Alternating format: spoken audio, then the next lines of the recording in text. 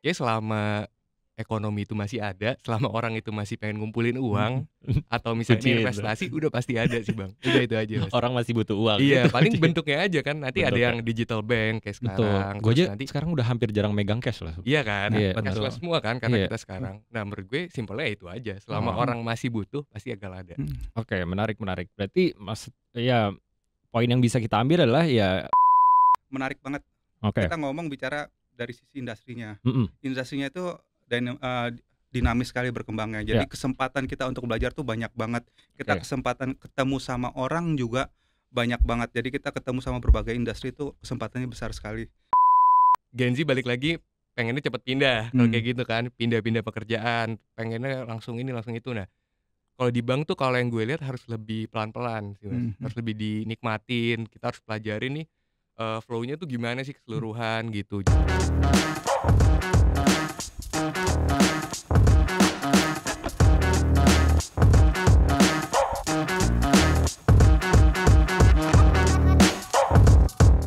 Oke semuanya, selamat datang kembali di diskusi Taman Belakang. Kali ini gue cukup excited nih karena akan membahas dunia soal finance atau perbankan yang sebenarnya gue juga banyak banget yang pengen gue ketahuin gitu di bidang itu gitu. Nah, sebelum kita mulai, gue perkenalkan dulu di sini ada Bro Pawana Sagara, angkatan PL 94, dan Halo. ada Bro Hanif Prananda, angkatan 2018, angkatan ya sama gue nih. Halo. Oke, jadi kita akan ngebahas soal ya seputar dunia perbankan nih Mas. Nah, kalau kita langsung mulai aja ya, kalau dari lu sendiri nih Mas, kerjaan di dunia perbankan tuh seperti apa sih Mas? Aduh, kalau lu ngomong perbankan ya, sebenarnya perbankan tuh luas banget sih. Boleh. Tuh. Dari ada yang front office, middle office, sampai back office. Oke. Ada juga yang kita kejar bisnis, ada juga yang supportnya. Cuman kalau lu tanya gua apa yang gua lakukan sehari-hari gitu ya, gua itu dari bagian treasury. Oke, treasury corporate sales ya? Ya, treasury corporate sales. Treasury corporate sales ngapain sih? Pokoknya intinya untuk bank kita itu memberikan solusi gitu. Solusi kepada klien. Solusi kepada klien dalam hal ini corporate ya. Dalam bentuk apa sih? Transaksi FX, hedging, ataupun mungkin kalau klien punya kelebihan dana, ya udah kita bantu untuk dari sisi yield enhancement produknya. Gitu. Oke, kalau dari Bro Hanif nih gimana? Oke. Bro Hanif nih di bagian apa ini? Jadi kalau gue ini sekarang di bagian KPR ya, jadi mungkin kalau Mas Pawana lebih kompleks kan. Iya, betul. Kalau gue lebih sehari-hari aja. Oke. Jadi di bagian KPR ya mulai dari analisa, kita cari nasabah, terus kita olah semua datanya. Nah, gue kurang lebih kayak gitulah sehari-hari. Oke. Nah, ini kan sebenarnya menarik nih. Kenapa? Karena kalau dari generasi aja nih cukup lumayan ya gap ya. Gue sebagai Gen Z dan Hanif sebagai Gen Z juga, dan Mas Prawana sebagai apa nih? Jatuh gen apa ya? Gen X. Gen Tapi muka gua Gen Z sih. Boleh, oke. Nah, dari sekian banyak kerjaan di dunia perbankan ya, maksudnya di bagian-bagian tertentunya gitu ya. Nah, kalau lu sendiri Mas, selama di dunia perbankan nih, apa yang lu lihat menarik gitu? Apa ya? Kalau lu bicara menarik banget. Kita ngomong bicara dari sisi industrinya. Industrinya itu dinamis sekali berkembangnya. Jadi kesempatan kita untuk belajar tuh banyak banget. Kita kesempatan ketemu sama orang juga banyak banget. Jadi kita ketemu sama berbagai industri itu kesempatannya besar sekali. Satu. Terus yang kedua, in term of materi, insya Allah ya, kalau di dunia perbankan pasti tanpa lu perlu harus mengorbankan integritas lu masih bisa hidup layak. Asal gaya hidup lu nggak neko-neko aja. Gitu. Berarti terjamin ya kalau dari segi finansial lah, maksudnya kalau ngomongin bank. Ya karena maksudnya sehari-hari berurusan sama duit juga gitu kan ya. Insya Allah sih aman. Oke. Gitu. Nah, tapi secara ya kalau insya Allah aman ya secara finansial. Tapi secara load kerjaannya itu apakah gimana nih kalau dari pengalaman Mas Pawana? Oke, kalau kita bicara dari load kerjaan ya, kalau misalnya pressure itu udah pasti pressure. Yang namanya pressure pasti di semua tempat ada ya. Cuman semuanya itu kita bawa happy aja. Yang penting kita happy. Kalau kita udah happy, kita suka kerjanya, insya Allah nggak akan ada beban di situ. Gitu. Mas, sorry, boleh deketan lagi. Oke, siap. Nah, ngomongin happy nih di kerjaan, apa sih sebenarnya yang membuat lu happy nih Mas? Mengerjakan di dunia perbankan ini tuh apa gitu? Yang tadi gue bilang, kita kesempatan untuk belajarnya itu besar banget gitu. Karena kita ketemu dari berbagai background orang gitu, background industri. Kebetulan kan kalau dari gua kan dari sisi bisnis ya, dari treasury-nya gitu. Itu sih. Berarti selain lu bisa kayak memberikan solusi lah, bisa gue bilang, ya lu juga senang dengan menjalankan karena lu bisa memberikan solusi gitu pada orang lain. Nah itu kan kalau misalkan dari bagian treasury-nya ya. Kalau misalkan dari bagian KPR gimana? KPR apa nih yang menarik dari KPR? Sebenarnya kalau bisa dibilang menarik ya, mungkin kalau misalkan bahasa formalnya kita ngebantu banyak orang nih. Betul. Terutama yang mungkin ingin punya rumah, ingin punya properti gitu, kita bisa bantu. Nah di situ mungkin sama kayak Mas Pawana, ketemu orangnya banyak banget. Karena kalau misalkan di bisnis ini, mungkin kalau di corporate itu kan kita ketemu perusahaan-perusahaan, pimpinan-pimpinan. Nah sedangkan kalau di retail KPR ini kita ketemunya benar-benar lebih random lagi menurut gue. Oh berarti dari segi gapnya ya bisa yang lumayan berumur gitu, bisa yang lebih muda gitu ya. Ya karena ngomongin KPR ya. Ngomongin KPR ya maksudnya udah urusannya sama cicilan rumah dan segala macam. Bener banget sehari-hari. Nah kalau ya ini melanjutkan dari lo deh. Kalau misalkan dari KPR kan ibaratnya ngomongin soal ya finance ya, soal keuangan, gimana akhirnya untuk lu bisa membeli rumah dengan KPR dan segala macam gitu. Ya termasuk juga dari Mas Wawan gitu, kalau misalkan dari segi bisnisnya itu kan lu di bagian yang manage lah, bisa gue bilang nge-manage ya.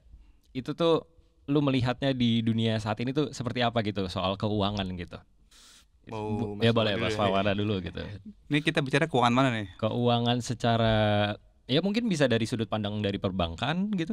Oke. Dengan kondisi zaman saat ini gitu. Oke, kalau gue bilang gini ya, kalau kita bank itu kan bisnisnya trust ya. Trust itu terkait di sini dalam hal ini keuangan gitu kan. Itu amat sangat menurut saya untuk saat ini di kondisi perekonomian Indonesia itu amat sangat penting sih gitu bank itu.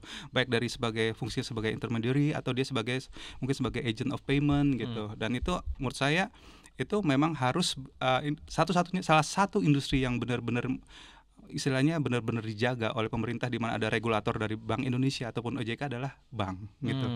Nah, jadi menurut saya bank itu amat sangat penting buat semua stakeholder, baik dari pemerintah, dari kita sebagai konsumen, kita sebagai karyawan bank atau pemegang saham secara keseluruhan. Itu sih. Tapi ini sih Mas, yang concern gue ya, gue pribadi nih, maksud gue kalau selama ini kan kita sekolah nggak pernah diajarin soal finance apa segala macam di bank itu sendiri, maksudnya di dunia keuangan lah gitu.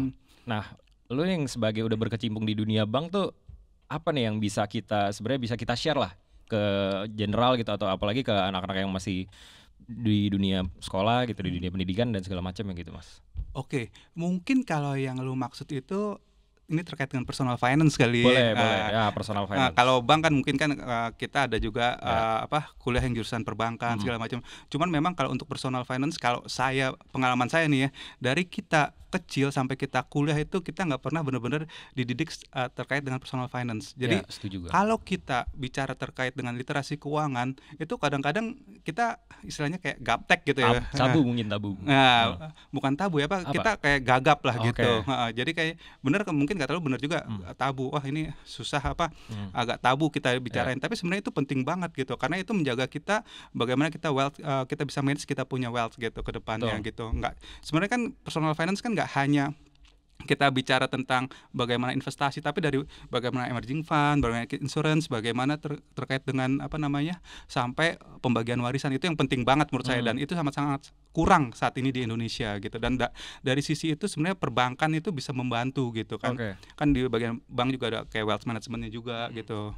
Itu sih. Tapi gimana Mas untuk lu akhirnya bisa ngebantu, kayak mungkin istilah katanya mengedukasi lah orang-orang yang belum melek gitu ya terkait itu tuh gimana? Ada nggak lu kayak planningnya apa? Ya mungkin ini salah satunya ya, kita di provide dengan podcast ini kita bisa nge-share banyak hal gitu. Tapi kalau dari lu sendiri apa nih yang bisa ngebantu gitu, nge-boost lah ibaratnya untuk melek gitu? Oke, kalau ini kan kebetulan kalau yang terkait dengan kerjaan gue kan boleh. Kita punya klien kan adalah corporate kan. Kita solusi hedgingnya untuk nasabah corporate yang sifatnya customized gitu. Mungkin kalau misalnya di satu sisi kalau yang menurut lo itu personal finance, itu kita lebih sifatnya ke kayak retail gitu ya. Jadi kita memang harus melihatnya secara personal. Betul. Gitu. Oh berarti personal pun beda-beda sendiri, nggak ada patokan tertentunya ya. Karena ini kan kalau bicara kerjaan gue ya corporate gitu. Kalau misalnya kita personal finance itu beda lagi. Oh oke. Kalau dari Bro Hanif nih, gue penasaran. banyak kan Gen Z yang mengeluh nggak bisa KPR apa dan segala macam gitu ya. Lu kan Gen Z juga nih, dan lu di bidang KPR gitu. Nah, lu juga udah pasti ketemu orang-orang yang udah random gitu terkait dengan keuangan dan segala macam. Itu lu gimana? Tanggapan lu deh terkait si KPR ini, Gen Z susah punya rumah apa segala macam gitu, gimana? Balik lagi ngomongin personal finance kayak boleh. Mas Wawan tadi ya. Kalau di KPR itu gue bener-bener mungkin gue jadi melek banget soal personal finance karena tiap hari gue ketemu orang yang berbagai macam. Mau penghasilannya sekian, mau penghasilannya sekian, ada yang pas-pasan, ada yang uangnya berlebihan banget gitu-gitu kan, beragam. Nah menurut gue yang paling penting itu dalam personal finance adalah kita disiplin aja. Menarik. Jadi misalkan lo mau ngambil KPR nih, gue contohnya KPR ya Mas ya misalkan. Nah kalau di KPR itu kita harus tahu nih kemampuan penghasilan kita berapa. Jangan sampai cicilan kita ini melebihi dari kemampuan batas wajar penghasilan kita. 30-40% kan? Kurang lebih segitu. Nah, KPR juga. Sebenarnya maksimalnya mungkin 50% masih boleh lah. Atau misalnya kita gabung sama pasangan juga, itu juga baik, nggak apa-apa. Gitu sih menurut gue. Nah kemudian juga kalau misalnya kita punya cicilan, kita harus tahu lah itu adalah sebuah tanggung jawab yang besar ya Mas ya. Maksudnya dalam artian kalau misalkan kita mau ngambil sesuatu cicilan baru, kita kalau bisa, kalau saran dari gue adalah yang lama-lama tuh diselesaikan dulu gitu. Misalkan paling gampang, paling banyak contohnya dari nasabah-nasabah yang udah gue jalanin adalah ketika dia penghasilannya naik, pasti gaya hidupnya naik. Itu udah pasti banget. Banyak banget orang-orang yang penghasilannya tuh mungkin kita ngeliatnya wah gede nih, tapi cicilannya mereka tuh juga gede juga. Kartu kredit bisa punya banyak, terus dia punya cicilan mungkin sekarang pay later. Jadi pay later itu kan kecil-kecil, tapi dia masuk ke, kalau misalkan di Indonesia itu kita ada BI checking ya Mas ya, itu masuk ke BI checking. Jadi walaupun pay later mungkin kayak 300.000, 400.000, track recordnya ada gitu. Track recordnya ada gitu. Dan yang paling apes kalau misalkan ternyata ya amit-amit kejadian, contohnya apa ya, ternyata dia lupa bayar, itu udah kena kolektibilitas, jadi naik. Nah nanti kalau dia mau ngambil cicilan besar kayak di KPR itu bakal sulit. Nah jadi balik lagi ke yang awal, paling penting adalah tahu kemampuan diri kita. Menurut gue sih itu. Nah itu tuh menarik. Kenapa? Karena kita, ya bisa gue bilang kita lah, karena gue di bidang finance juga ya. Kita kan melek akan itu karena kita di bidang itu gitu. Benar banget. Nah ngomongin bidangnya sendiri, finance gitu, skill apa nih yang sebenarnya dibutuhin gitu untuk akhirnya lu bisa terjun ke dunia finance gitu? Benar. Kalau dari Mas Wawan sendiri gimana?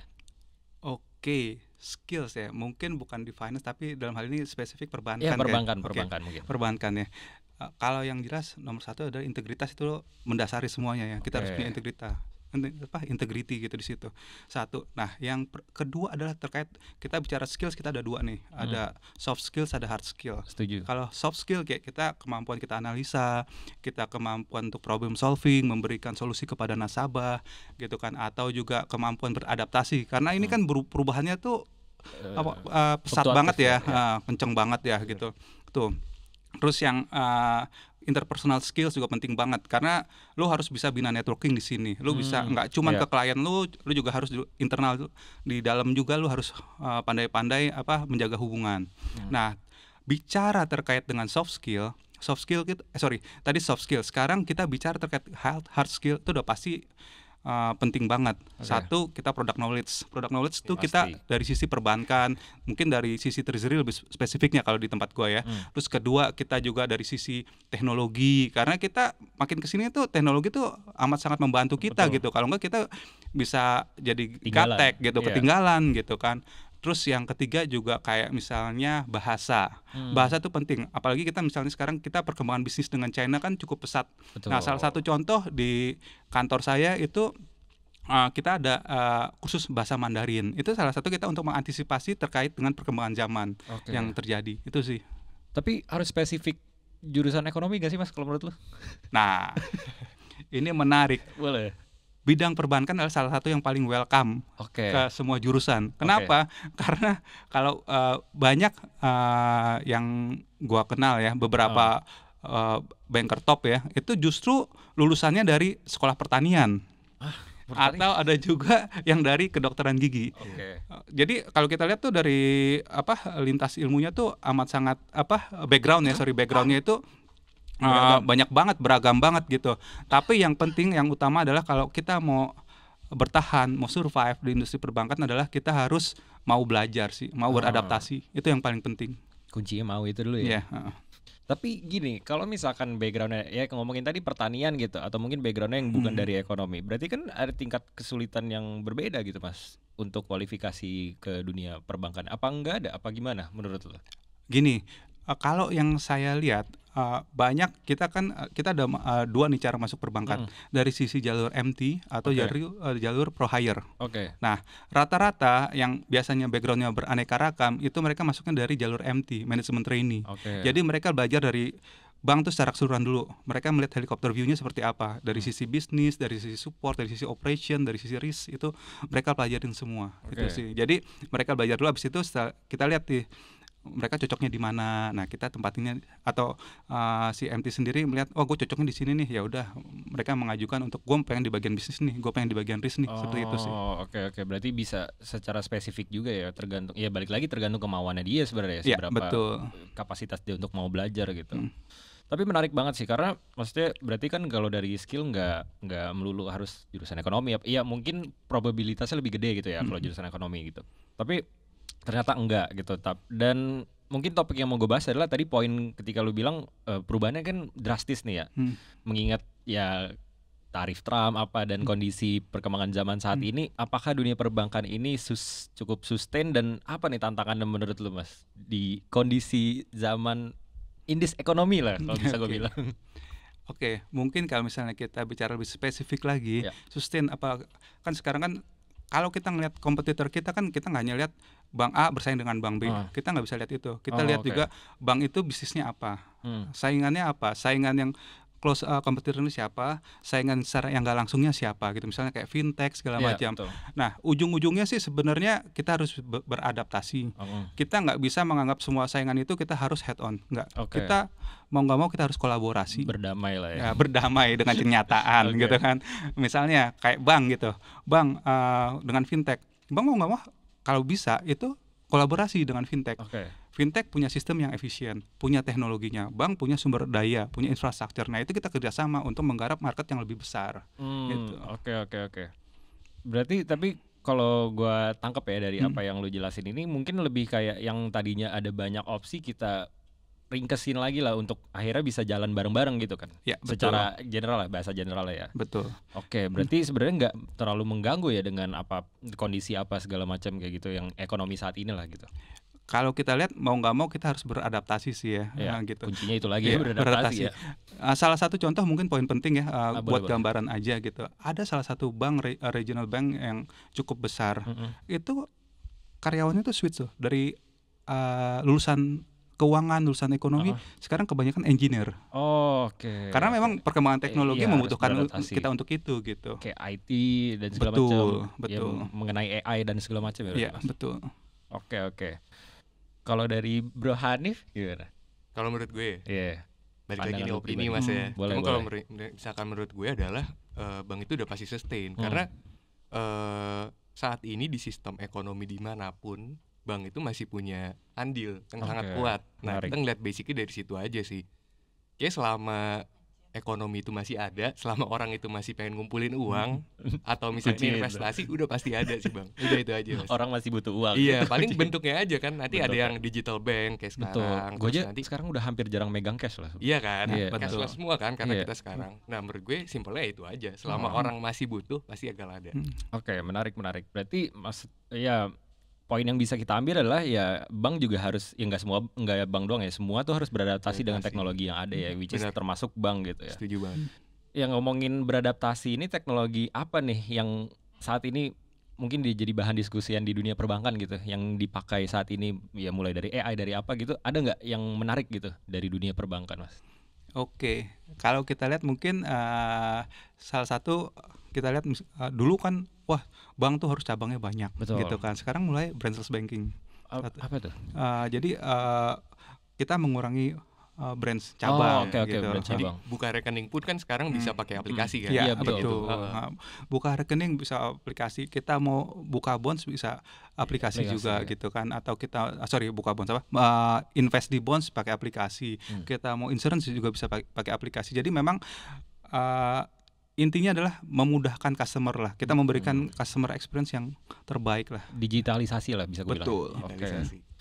Oke. Nah, gue pengen masuk ke ini nih, kan ke kalian ya kita udah di bidang finance ya, termasuk kalian ini udah di bidang perbankan khususnya ya. Ada nggak sih tips-tips buat orang mungkin yang mau join ke dunia perbankan gitu tuh apa gitu? Boleh 3 tips, 2 tips dari Mas Pawana yang sudah berpengalaman?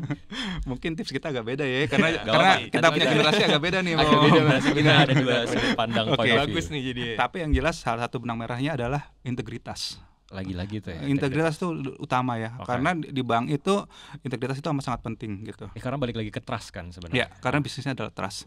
Itu satu. Terus kedua, kalau teman-teman mau masuk ke bank, gimana sih tipsnya? Kalau saya boleh saran nih, kalau bisa masuk dari manajemen trainee. Karena kalau manajemen trainee kita bisa belajar dari keseluruhan deh. Dari A, B, C, D, F itu keseluruhan tuh. Kita belajar dulu, abis itu ntar kita ditentukan mana kita yang lebih cocok di mana gitu. Terus yang kedua adalah kalau bisa punya exposure yang di luar negeri gitu. Jadi misalnya mungkin kayak foreign bank, kita mulai dari situ, atau mungkin bank-bank yang memberikan kesempatan kita untuk bisa belajar di luar negeri gitu. Itu amat sangat penting, karena kalau kita lihat kenyataannya ke depan kita akan sifatnya borderless nih bisnis nih gitu. Gitu. Bakal nggak banyak interaksi ya secara sosial ya. Ya, terus yang ketiga kita harus sesuaikan juga nih, kita ini cocoknya di mana sih gitu kan, apakah kita orang yang extrovert ataukah kita orang introvert gitu. Karena bisa aja gue orang extrovert tapi ternyata gue masuknya ke bagian risk, bagian audit gitu. Jadi nggak maksimal gitu. Kita harus kembalikan juga kita cocoknya karakter kita tuh di mana gitu. Itu sih. Oke, menarik ini. Kalau dari sudut pandang Gen Z gimana Gen Z? Kalau dari Gen Z mungkin ada beberapa bank yang udah menyesuaikan Mas dengan cara kerjanya Gen Z. Mungkin ada beberapa bank yang gue lihat cara kerjanya tuh benar-benar udah Gen Z banget deh, kayak hybrid. Pasti hybrid working itu udah pasti gitu. Gak ke kantor tiap hari gitu. Gak ke kantor tiap hari. Terus juga kan kalau dulu mungkin awal-awal mungkin zaman Mas Pawan awal bankir tuh pasti pakai kemeja, pakai celana bahan, pakai pantofel ya kan. Sekarang tuh udah kayak udah santai aja, yang penting rapi kayak gitu. Nah kalau Gen Z tuh sekarang kan kayak gitu ya. Nah cuman memang ada beberapa bagian di bank yang belum bisa se-fleksibel itu sih Mas. Ya kan mungkin kayak Mas di treasury itu jamnya nggak fleksibel kan, dan pasti harus kemungkinan di sana di kantor kayak gitu. Dalam banget betul. Ada juga kan kita sekarang flexi desk ya. Jadi bisa aja kita nggak butuh ruangan khusus nih gitu. Jadi bisa aja hari ini mobile gitu. Hari ini teman kita bagian risk, besoknya teman kita sebelah kita bagian retail. Beda-beda gitu. Itu bisa. Cuman memang ada bagian-bagian tertentu yang harus benar-benar dedicated ya tempatnya gitu. Benar kayak gitu. Nah, jadi kalau misalkan untuk Gen Z yang paling utama semua pengennya instan, ya kan? Betul. Kebanyakan termasuk mungkin ya kita berdua juga adalah dikit-dikit lah pengen instan kan. Jadi harus lebih hati-hati sih sebelum apply kerja, mungkin mau masuk ke bidang mungkin ke banking ya. Itu pelan-pelan cari tahu dulu kayak kata Mas Pawana. Kita tuh sukanya apa sih? Kita extrovert, introvert, atau kita bisa adaptasinya itu di mana gitu cocoknya. Jadi walaupun mau kita dari jurusan apapun ya sebenarnya semua bisa diterima aja kan di bank gitu. Nah, terus kalau yang kedua kita harus inklusif sih. Kita terbuka pikirannya, karena di bank itu balik lagi banyak ilmu yang kita dapetin yang bisa kita serap. Mungkin ada beberapa hari yang kita bete nih kan, kayak mungkin kerjaan lagi nggak bagus, jenuh.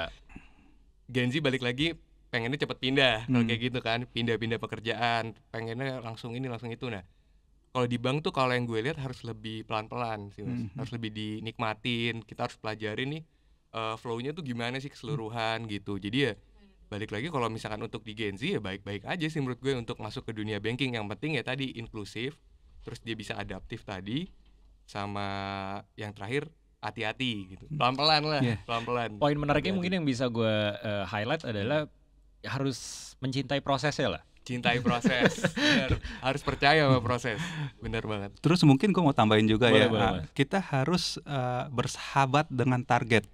Itu ya, gitu kan. Bersahabat dengan target untuk yang bagian bisnisnya. Karena targetnya itu challenging. Kenapa bikin challenge gitu?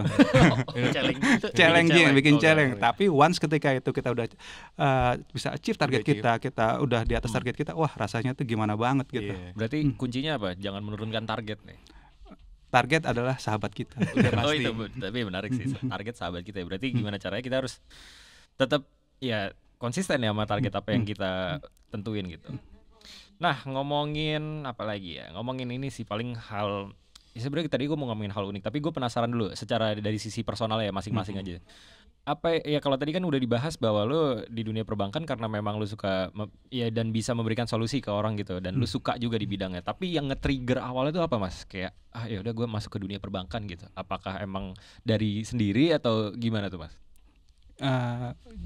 Ya gitu bener-bener dari diri gue sendiri sih gitu. Okay. Jadi once ketika gue lulus itu, gue tuh pernah nyoba di beberapa industri. Cuman gue punya passion, gue pengen di perbankan. Kenapa? Karena kesempatan gue untuk belajar dari berbagai macam industri itu terbuka lebar di dunia perbankan. Oh gitu. Oke. Berarti memang lu sebelumnya sudah mendapatkan referensi bahwa di dunia perbankan nih banyak banget hal yang bisa lu pelajari gitu Ya, ya. betul. Oke.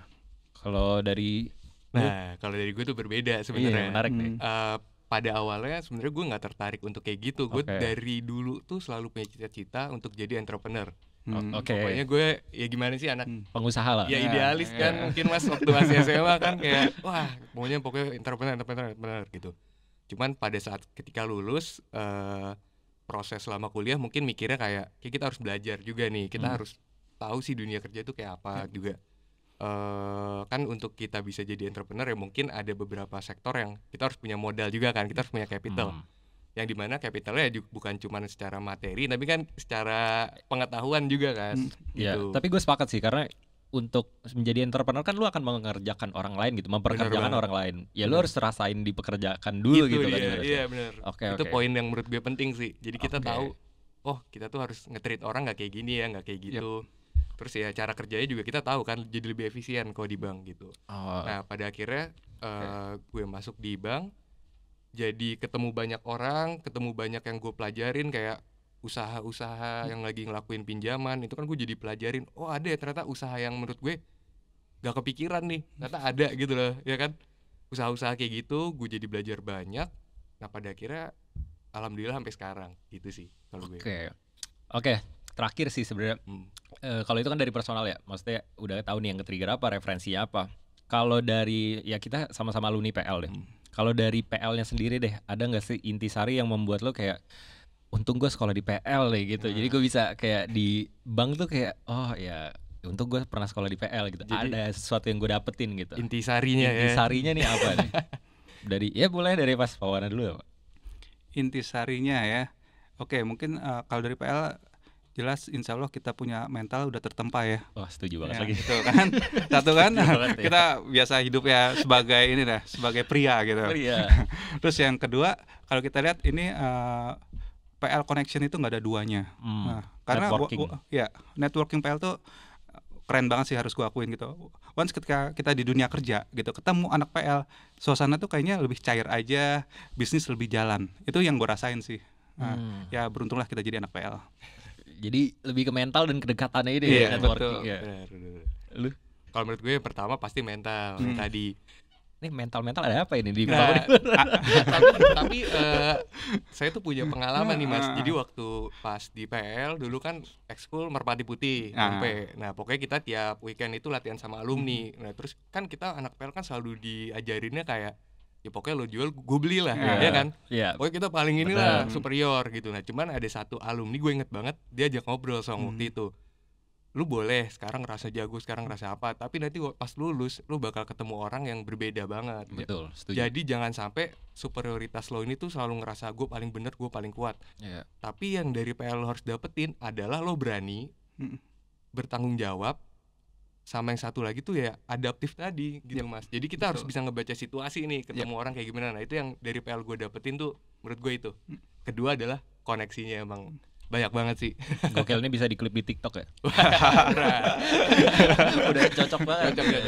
Gokil. Oke, mungkin terakhir ya, karena ya lagi-lagi kita bersekolah di PL, ada nggak nih kayak wejangan lah, bisa gue bilang wejangan untuk adik-adik yang mungkin masih menempuh pendidikan atau mungkin yang baru lulus gitu, dari Pangudi Luhur sendiri itu gimana Mas? Kalau dari sisi lo?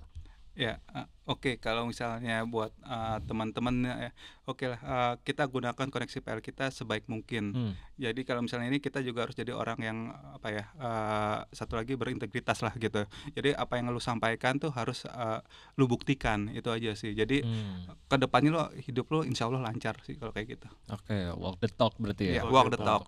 Oke. Ya. Kalau misalkan dari gue ya, yang paling penting kayak kata Mas Pawana, integritas, kan tanggung jawab tadi yang gue bilang itu kan. Nah terus kedua juga ya harus berani aja sih, harus berani ketemu banyak hal-hal baru di luar sana, khususnya mungkin di dunia banking ini. Gitu aja sih menurut gue. Oke, gokil. Ini dapat insight-nya banyak sih gue jujur. Jadi anjir gokil sih.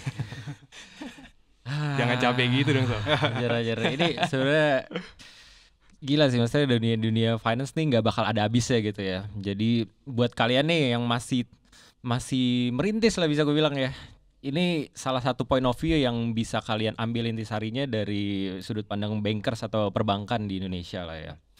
Oke, paling sekian dulu untuk segmen kali ini. Thank you so much untuk Bro Hanif dan Bro Pawana untuk waktunya. See you.